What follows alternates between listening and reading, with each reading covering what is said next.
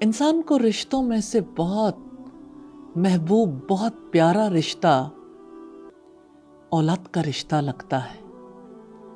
جس جوڑے کے اولاد نہ ہو، اس کی پریشانی، اس کی تکلیف، اس کی بے چینی، اس کی بے قراری دیکھی نہیں جاتی۔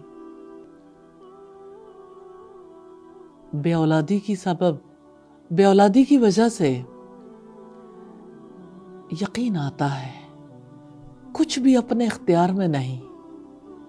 ایسے میں کیا دعا کریں؟ وہی جو ہمارے رب نے سکھائی، ربی لا تذرنی فردا وانت خیر الوارثین۔ اے میرے رب، مجھے اکیلا نہ چھوڑنا، اور تو بہترین وارث ہے۔ اولاد انسان کی وارث ہوتی ہے۔ انسان وارث چاہتا ہے،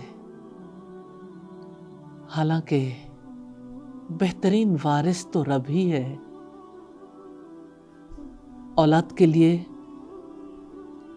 دعا کر لیجئے، اللہ تعالیٰ اس دعا کو تمام بے اولادوں کے حق میں قبول فرما لیں۔